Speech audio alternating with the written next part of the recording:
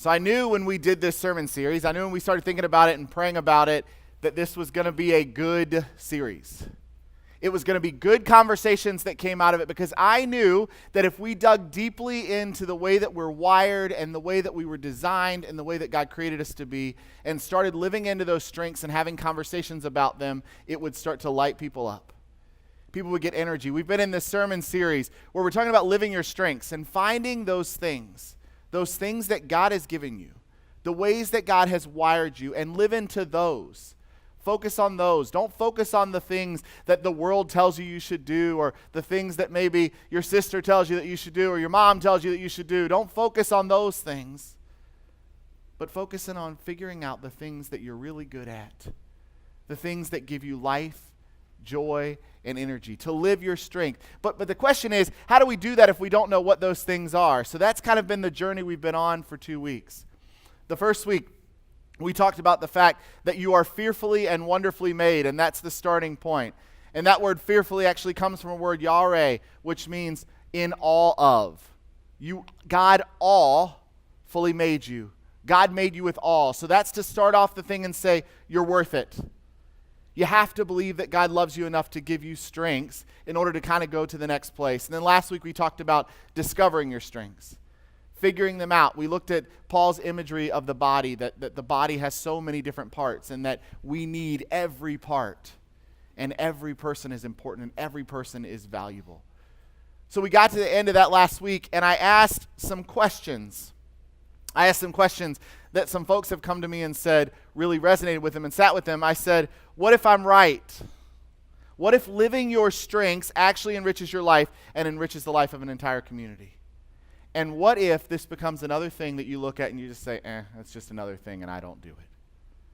What if you miss out on your chance to have your life deeply impacted and to deeply impact the lives of others? So I want to encourage you. I will tell you later again about how to do this and about how to figure them out at the end. But I want to encourage you to do that work. It's worth it. It matters. But today I want to talk about, as we end this series, and we're not going to be done talking about StrengthsFinder, don't worry, but as we end this series, I want to talk about what I think is our more natural approach to life than thinking about our strengths. Our more natural way of doing things. And I think the way that we do things more often than not is we look at our weaknesses. We focus on the things that we don't do well instead of focusing on the things that we do well. Now, I believe this is instilled at a very young age. I believe this happens when you're very little. I think it happens when you get your first report card. Right? Think about your kids. When the first report card came home, if you had kids or if you were a kid, if you got a report card at some point in time, did you go to look at all the great things I did, or did you go to the section of improvement? Right? Oh, I better get that C up. Right? I think about it with my own children. Now they don't get letters, they get numbers. 1, 2, 3, and 4. I don't know what the numbers mean, but I know 4 is the high number and 1 is the low number. And if they've got 1s in areas, do you know my eyes get laser focused on the 1? And I don't pay attention to the 4. What if we were wired to pay attention and focus on the 4 and just let the 1 be the 1? The Gallup organization, who studies all this stuff that we're basing this whole thing on, suggests that when we focus on our weaknesses, it doesn't help us. We don't actually grow by putting our energy there. Think about job performance reviews. What's your favorite part of the performance review? Is it when they get to the weaknesses section?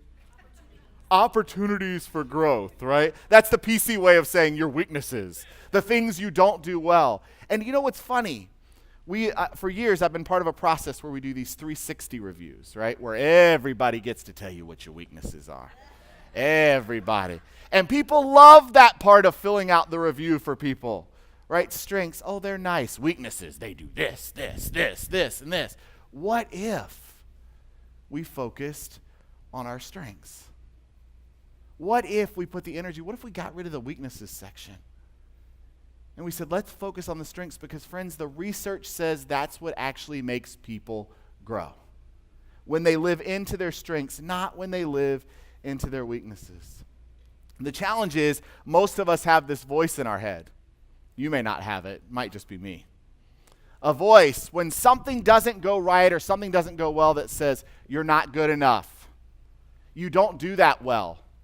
You better get that better. You're not quite as good as you think you are, or that person's much better at that than you are. Right? That voice that comes over and over and over again and pulls us away from our strengths. Rarely do we get a voice that says, hey, you're really good at that. Do it again. So I think we have to fight focusing on our weaknesses. And we have to fight to focus on our strengths. We have to fight focusing on our weaknesses and fight to focus on our strengths. I want to look at a psalm this morning. Psalms are found right in the dead center of the Bible. And many of the Psalms, we don't know who wrote them and we don't know why and what the background is, but this one we do. This psalm, Psalm 18, is a psalm that David wrote.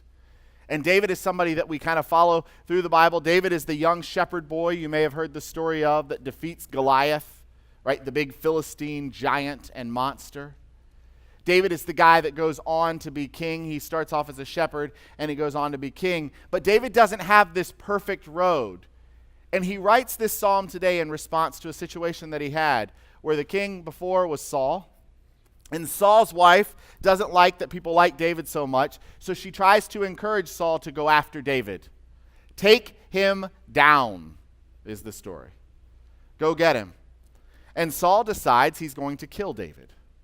He's going to take him out. And Jonathan, who's Saul's son, is a really good friend of David's. He likes him a lot, and he goes to Saul and he says, please don't do this to David. And Saul says, I'm going to do it anyway. So what Jonathan does is he goes and he warns David. David goes into hiding in a cave, and he's protected. Saul doesn't get him, and Saul's embarrassed, and it's the end of Saul's reign as king. But David writes this psalm, Psalm 18, about that experience and about that situation. So I want to give you that background before I read it this morning. These are the words of David in Psalm 18. It says, he reached down from on high, he took me. He drew me out of mighty waters. He delivered me from my strong enemy and from those who hated me. For they were too mighty for me. They confronted me in the day of my calamity, but the Lord was my support. He brought me out into a broad place. He delivered me because he delighted in me. Now, in the word he here, David is referring to God. God did all of these things for me. God met me in the midst of my pain. God set me free. But the question is, free from what? Is it just freedom from Saul? Well, people who study this passage say there's actually something else that's going on.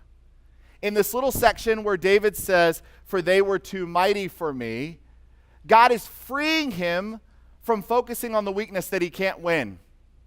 God is freeing him from believing and listening to that voice that he's not good enough, that he's not the one that God has gifted with this, that he's not the one that's chosen. God is bringing him freedom.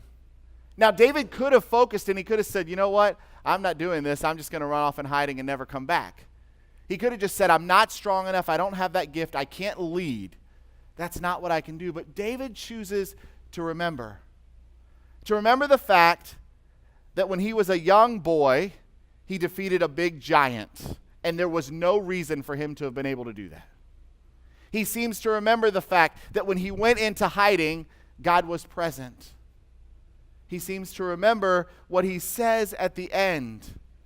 He brought me out into a broad place. He delivered me because he delighted in me. He seems to remember that he was fearfully and wonderfully made. That God delights in him. That God has given him these things because he is loved by God. David knows that truth. But here's the thing, friends. Most of us are actually not like David. Most of us don't come at it with that mentality. Most of us would just run in the other direction and say, I've chosen the wrong profession. I've chosen the wrong thing. I'm going to go and do something new. Friends, I know I'm not always like that. I have a tendency to focus on my weaknesses, the things I can't do more than the strengths that I have. And the Gallup organization has done a lot of research to say that simply doesn't work. Now, if you read the narrative, if you hear the story of David's life, it's not like David was just constantly blessed by God and all went perfect. David made some really bad decisions in his life. He did some really bad things along his journey, but it seems to me that long before the Gallup organization came out with this information that you should focus on your strengths, David seemed to get it. That he did it. That he paid attention to it. When we focus on our weaknesses, friends, it is like this tree right here. I don't know how many of you were here last week in worship, but this tree was very beautiful. It was big, and I got a call. I hope he doesn't mind this. I got a call at 7 o'clock this morning from my friend Brian, who's back in the back, and he said, hey, that tree was in my car all night, and doesn't look quite as good as it did last Sunday. And he was like, should I get another one? What should I do? I said, no, it's perfect. Bring it. Because, friends, when we focus on our weaknesses, this is what happens to us. The life gets sucked right out of us. The beauty that we were created in, the beauty that God has given us, is sucked straight from us. And we're still there, but we don't look the way that God created us to look. Now, I'll give you another illustration that I thought about this week. I am a huge 80s music fan. Like, ridiculously huge 80s music fan. Like, we just got Spotify at Christmas time, and my running mix, there's an 80s music running mix. And I was so filled with joy. But I have to tell you something.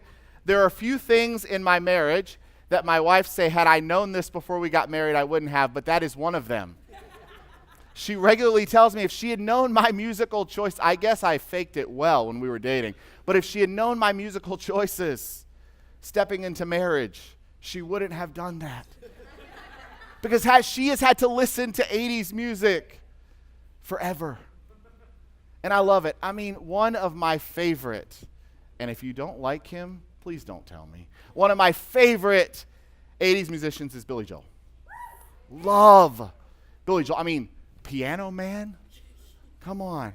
Uptown Girl. She's Always a Woman. River of Dreams. These are great, great songs. They're fantastic songs that when you listen to them, some of y'all young folk in here are like, I don't even know who Billy Joel is, right? Some of y'all older folk in here are like, I don't even know who Billy Joel is, right? Billy Joel, that's beautiful, beautiful music. But I read bits of an article from the New York Magazine recently where he says he's always been unsatisfied with his music. He said, I never felt as good as I wanted to be. My bar was Beethoven. He was a music major. He had studied music. His bar was to be as good as Beethoven. And although he recently performed his 100th show at Madison Square Garden, I don't know if you realize this, he has not released a new album in 25 years. 25 years. He has not released a new piece of music because he doesn't think that's his strength. He doesn't think he's good enough to release new music. And you know the voices that he listens to? He listens to the critics, and the voice inside of his head, he says, because I studied music, I was suspect to critics. To them, you're supposed to be a diamond in the rough and polish yourself. And he says, I'm no diamond. I'm not good enough. So I want you to think for a second about Billy Joel. I want you to think for a second, what have we missed in the last 25 years because he doesn't think he's good enough? What have we not heard? What is not hit because he has said, you know what, I guess that's writing music. That's just not part of one of my strengths. That's not where I am. I mean, you can say today, Uptown Girl, you can say that you don't like Billy Joel, but I wonder if it resonates with you this morning. What's the thing that gave you life, the thing that gave you energy that you stopped doing because you said, I'm not really that good at it? What's the thing that you wanted to do that you felt like God was pushing you towards, but other people maybe said you don't do it as well as you think you do it, so you turned in the other direction? What's the strength that you haven't been paying attention to?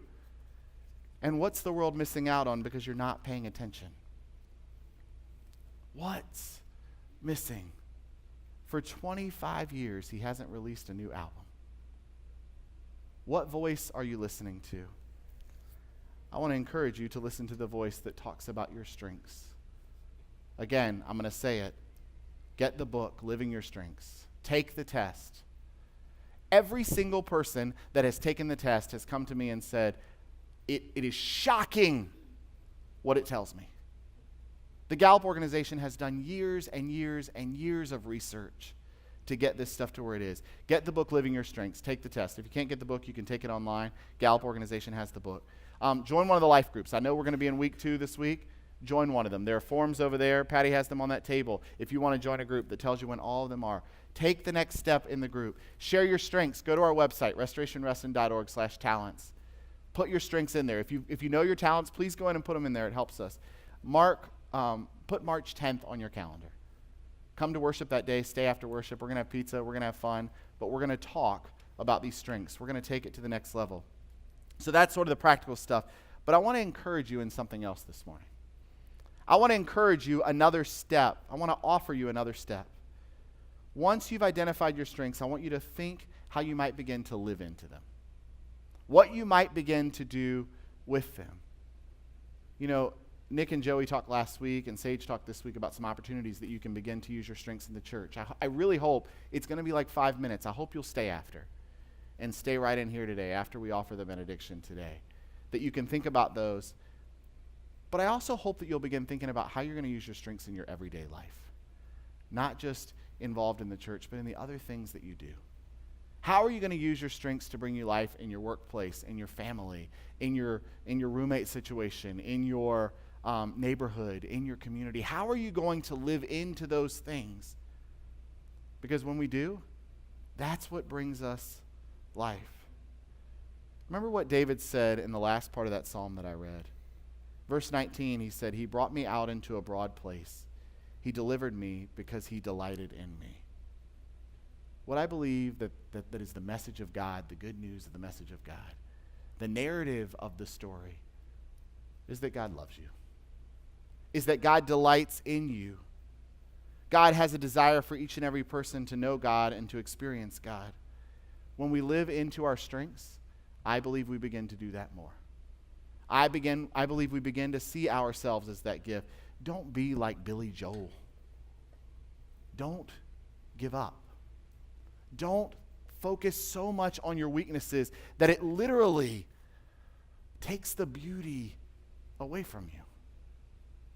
Don't let this be your life. Right? You know, we laugh about the tree. But the truth is, do you know how many people I know that are like that tree right now? How many people I know that have been told you're not good enough, that listen to the voice, you don't matter, you're not strong enough, you don't have any gifts, you don't have anything to bring. Do you know how many people have heard that message over and over again and live their life like that? Friends, I want to offer you a word of liberation this morning. Be free from your weaknesses. Be free from that voice in your head that tells you you can't. And do something. Do something that gives you life. And share that life with the world. Don't let the world miss out on your strengths. You've got them. And you've got beautiful things to bring. Bring yourself life and share that life with the world.